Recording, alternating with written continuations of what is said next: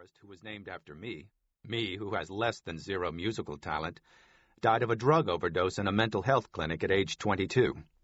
Suicide? It would not have been the first time he tried. Medication mistake by a nurse? Autopsy report inconclusive. Lawsuit pending. At least 2 pharmaceutical companies who made antidepressants prescribed for him, Wyeth and GlaxoSmithKline, had lied about data suggesting links between their drugs and suicide in teenagers. Lawsuits pending. Not that legal maneuvers or money can bring James back to us or retroactively soothe all the pain he was in. Executing by hand the persons who manipulated the data and made the decisions to keep pushing those antidepressants wouldn't accomplish that either, though I'd still love to do it. In any event, I sure miss my beautiful son. I read and heard people say that losing your child is the worst thing you can ever experience, and I can't disagree. I'd also assumed it would kill me. At this stage, I realized that all these events were horrific, but not that unusual, and certainly more are to come.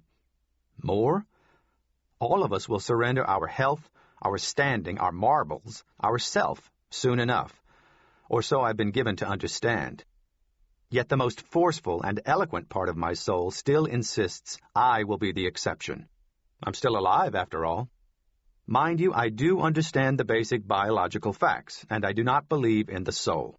I was raised Roman Catholic, of course, but have spent the last 40 years as a secular humanist.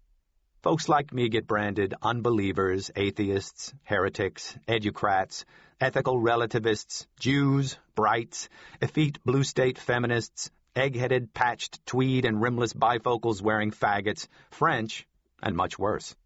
More affectionate terms include free thinker, agnostic, lapsed Catholic, progressive, existentialist, reader of novels, queer, beatnik, and honorary Jew.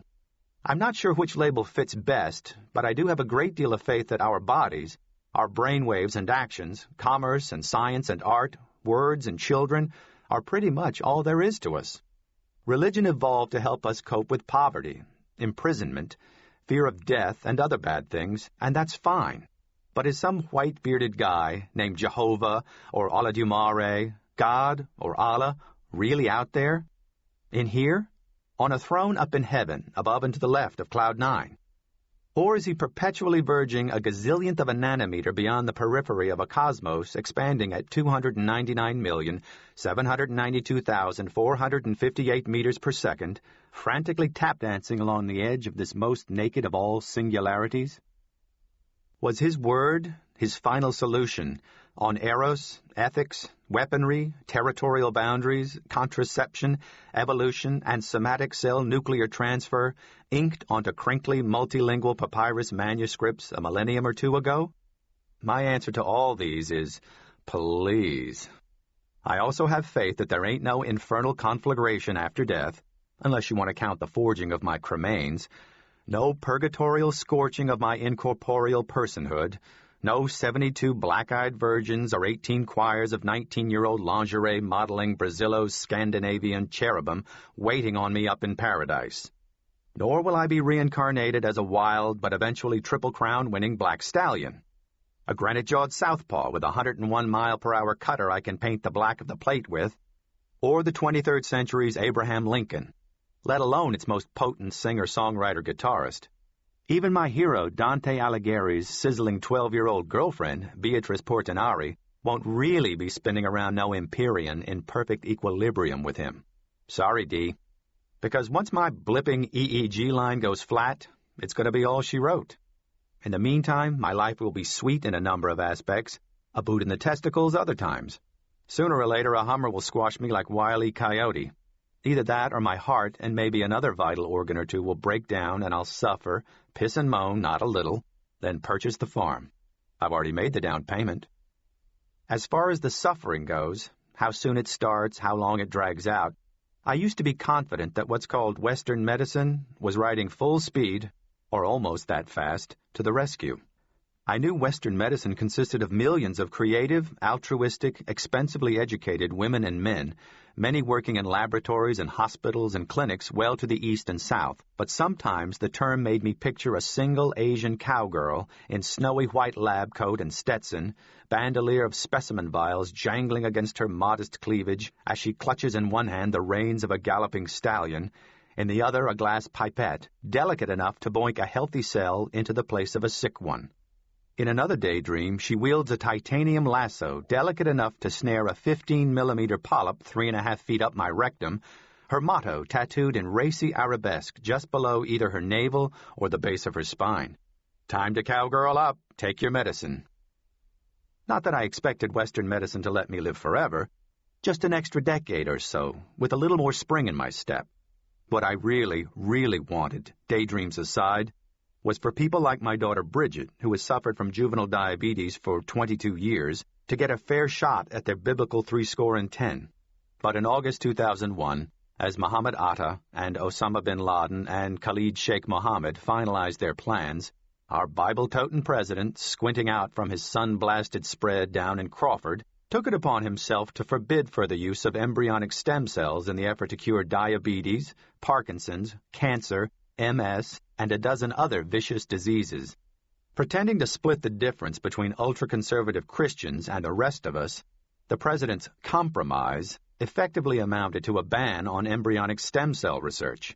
He said that more than 60 genetically diverse stem cell lines already exist, and that the NIH would be permitted to fund research on these existing lines only.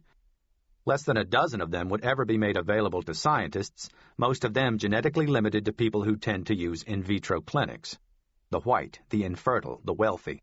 Not that there's anything innately wrong with these categories, but researchers will need thousands of lines, perhaps even one for every patient, to provide genetic matches for the entire population.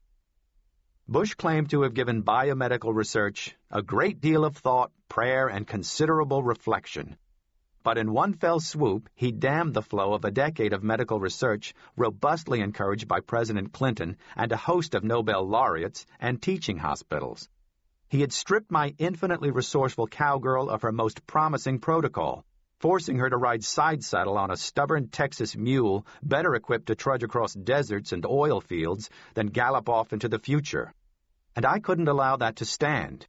If this pious, vote-mongering embarrassment didn't change his position real soon, I might have to do something rash. In the meantime, in April 2002, a stitch along the left side of my abdomen suddenly graduated into an aching throb. I'd turned 51 in late March and was just beginning to get my feet underneath me again after James's death. Life after 9/11 was quite a bit easier to cope with for me by comparison. I had tenure as a lit and writing professor, my second marriage was flourishing, and my book about poker was scheduled to be published the following March. While making final revisions to the book and teaching my literature and science of poker class, I felt pretty good about things, as long as you didn't count the abscess in my soul where my son lived. But within a couple of days, the thorn in my side, as I thought of it, had me walking hunched over like a little old man with bad knees and end-stage cirrhosis. Not exactly the image I like to project to the world. I much prefer to swagger from success to success like a book-learnt but still macho cowboy. Bow-legged, big-cocked, in saddle-worn denim not broken in or sandblasted ahead of time by underpaid foreigners. As the throbbing intensified, I gulped down more Advil and worried. I'd been taking Zocor, which helped lower my elevated bad cholesterol, for almost 2 years, this while neglecting to get my liver function tested. Lynn Martin, my primary care physician, had told me to have it checked after 3 months on the statin because the possible side effects included nephritis and liver damage, but I somehow forgot. I knew I'd been drinking too much and dosing myself far too liberally with Advil for headaches and hangovers, so my self-diagnosis was liver failure, though the phrase I used with my wife Jennifer was some liver thing.